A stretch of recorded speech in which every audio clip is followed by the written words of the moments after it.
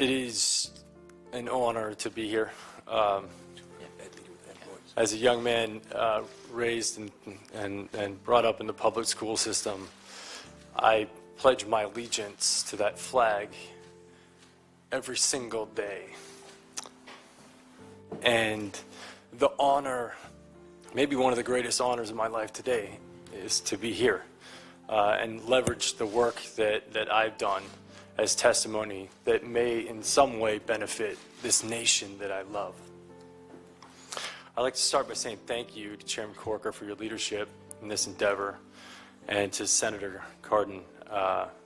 Your leadership has been extraordinary, and I'd like to also say thank you to the rest of the committee that has supported this effort. This is a bipartisan effort, and in a country that is riddled with bipartisan separation on so many things, slavery seems to come up as one of these issues that we can all agree upon. And I applaud you for your agreement, and I believe in you and your leadership and your ability to take us out of it. I'm here today to defend the right to pursue happiness. It's a simple notion, the right to pursue happiness. It's bestowed upon all of us by our Constitution. Every citizen of this country has the right to pursue it. And I believe that it is incumbent upon us as citizens of this nation, as Americans, to bestow that right upon others, upon each other, and upon the rest of the world. But the right to pursue happiness for so many is stripped away. It's raped. It's abused. It's taken by force, fraud, or coercion. It is sold for the momentary happiness of another. Now, this is about the time when I start talking about politics that the internet trolls tell me to stick to my day job. So I'd like to talk about my day job. My day job is as the chairman and the co-founder of Thorn. We build software to fight human trafficking and the sexual exploitation of children. And that's our core mission. My other day job is that of the father of two, a 2-month-old and a 2-year-old. And as part of that job that I take very seriously, I believe that it is my effort to defend their right to pursue happiness and to ensure a society and government that defends it as well. As part of my anti-trafficking work, I've met victims in Russia. I've met victims in India. I've met victims that have been trafficked from Mexico, victims in New York and New Jersey and all across our country. I've been on FBI raids where I've seen things that no person should ever see. I've seen video content of a child that's the same age as mine being raped by an American man that was a sex tourist in Cambodia. And this child was so conditioned by her environment that she thought she was engaging in play. I've been on the other end of a phone call from my team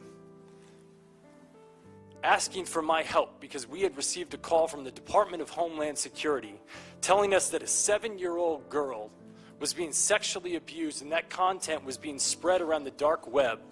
And she had been being abused, and they'd watched her for 3 years, and they could not find the perpetrator, asking us for help. We were the last line of defense. An actor and his foundation were the potential last line of defense. That's my day job, and I'm sticking to it. I'd like to tell you a story about a 15-year-old girl in Oakland. We'll call her Amy. Amy met a man online, started talking to him. A short while later, they met in person. Within hours, Amy was abused, raped, and forced into trafficking. She was sold for sex. And this isn't an isolated incident. There's not much that's unusual about it. The only unusual thing is that Amy was found and returned to her family within 3 days using the software that we created, a tool called Spotlight. And in an effort to protect its capacity over time, I won't give much detail about what it does, but it's a tool that can be used by law enforcement to prioritize their caseload. It's a neural net. It gets smarter over time. It gets better and it gets more efficient as people use it. And it's working. In 6 months, with 25% of our users reporting, we've identified over 6,000 trafficking victims, 2,000 of which are minors. This tool is in the hands of 4,000 law enforcement officials and 900 agencies. And we're reducing the investigation time by 60%. This tool is effective, it's efficient, it's nimble, it's better, it's smarter. Now, there's often a misconception about technology that in some way it is the generator of some evil, that it's creating job displacement, and that it enables violence and malice acts. But as an entrepreneur and as a venture capitalist in the technology field, I see technology as simply a tool without will. The will is the user of that technology, and I think it's an important distinction. An airplane is a tool. It's a piece of technology, and under the right hands, it's used for mass global transit, and under the wrong hands, it can be flown into buildings. Technology can be used to enable slavery, but it can also be used to disable slavery, and that's what we're doing. I alluded to a phone call that we got from the Department of Homeland Security about this girl that was being trafficked on the dark web. Now, it's interesting to note that the dark web was created in the mid-90s. It was a tool that was created by the Naval Research Lab called Tor, a tool with absolute purpose and positive intention for sharing intelligence communications anonymously. It's also been used to help people who are being disenfranchised by their government within political dissent in oppressive regimes. But on the other side, it's used for trafficking, for drug trafficking, for weapons trafficking, and for human trafficking. And it's also the warehouse for some of the most offensive child abuse images in the world. Now, when the Department of Homeland Security called us and asked for our help and asked if we had a tool, I had to say no. And it devastated me. It haunted me. Because for the next 3 months, I had to go to sleep every night and think about that little girl that was still being abused. And the fact that if I built the right thing, we could save her. So that's what we did. And now, if I got that phone call from Greg, wherever you're at, the answer would be yes.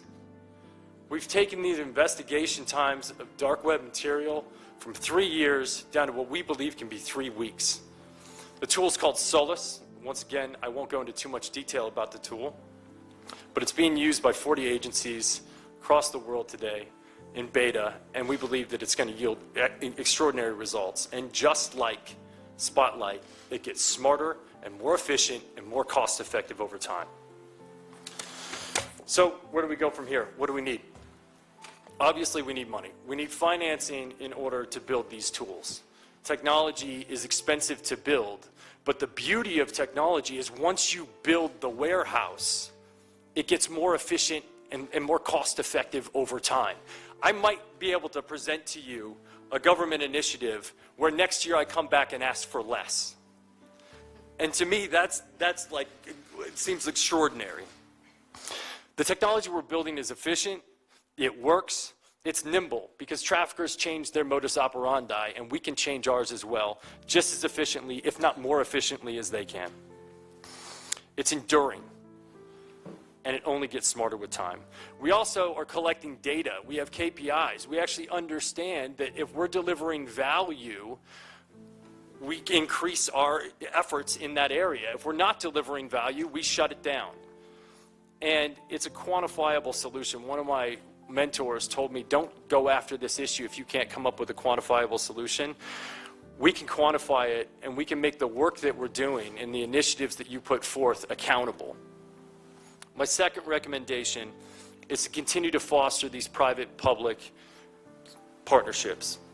Spotlight was only enabled by the McCain Institution and the full support of Cindy McCain and a man that I find to be not only a war hero, but a hero to this issue, John McCain. It wasn't just created by them. There was extraordinary support from the private sector. Company Digital Reasoning out of Tennessee stepped up to the plate. They offered us effort, they offered us engineers, they offered us support and pro bono work. We've had the support of companies that oftentimes war with each other, from Google to Microsoft to AWS to Facebook. And some of our other technology initiatives include many, many other private companies. It's vital to our success. These private-public partnerships are the key. The third thing I'd like to highlight is the pipeline. You know, we sit at the intersection of discovery of these victims, but the pipeline in and the pipeline out are just as vital and just as important, and addressing them are just as important. I'd like to highlight one thing in particular, that being the foster care system. There are 500,000 kids in foster care today. I was astonished to find out that 70% of the inmates in the prison across this country have touched the foster care system, and 80% of the people on death row were at some point in time exposed to the foster care system. 50% of these kids will not graduate high school, and 95% of them will not get a college degree. But the most staggering statistic that I found was that foster care children are 4 times more likely to be exposed to sexual abuse. That's a breeding ground for trafficking. I promise you that's a breeding ground for trafficking. But the reason I looked at foster care is that it's a microcosm. It's a sample set that we have pretty extraordinary data around to date, even though we can't seem to fix it. It's a microcosm for what happens when displacement happens abroad as the unintended consequences of our actions or inactions in the rest of the world. When people are left out, when they're neglected, when they're not supported, and when they're not given the love that they need to grow, it becomes an incubator for trafficking. And this refugee crisis, if we want to be serious about ending slavery, we cannot ignore it, and we cannot ignore our support for this issue in that space, because otherwise we're going to deal with it for years to come. The outbound pipeline. There's just not enough beds. The bottom line is, once someone is exposed to this level of abuse, it's a mental health issue. And there aren't enough beds, there's not enough support, and we have to have the resources on the other side. Otherwise, the recidivism rates are through the roof. It's astonishing, because when Maslow's hierarchy of needs are not being met, people resort to survival, and if this is their means of survival and the only source of love that they have in their life, that's what they go for. So we have to address the pipeline out, and we have to create support systems on the other end. It's not an entitlement, it's a demand to end slavery. My fourth and final recommendation is the bifurcation of sex trafficking and labor trafficking. They're both aberrations, they're both awful, they're both slavery, and they're both punitive, in fact. But the solution sets are highly differentiated. When you look at sex trafficking, a victim is most often present at the incident of commerce.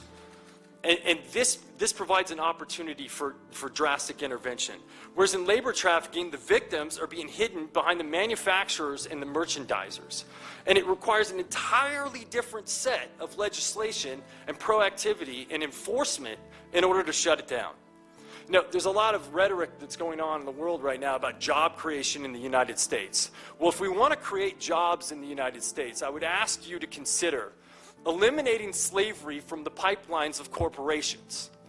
Because a lot of that slavery is happening abroad. And if we ask those corporations, under extreme pressure, that if you don't change it, you are going to be penalized. And if you don't clean up that pipeline, it's going to mean trouble. And they're forced with 2 decisions. They can either clean up the pipeline abroad, or they can move the jobs to the United States of America, where they can be regulated and supported. Bringing jobs to America can be the consequence of doing the right thing, or it can be the consequence of doing the wrong thing. But that choice is up to you. Now, it's not lost on me that all of this disruption in our marketplaces is going to have economic backlash. Like, that is not lost on me at all. But I ask you Do you believe that Abraham Lincoln had to consider the economic backlash of shutting down the cotton fields in the South when he shut down slavery? Because I'm sure that weighed on his mind. You know, happiness can be given to no man. It must be earned. It must be earned through generosity and through purpose. But the right to pursue it, is every man's right. And I beg of you that if you give people the right to pursue it, what you may find in return is happiness for yourself. Thank you. Thank you so much. Thank you.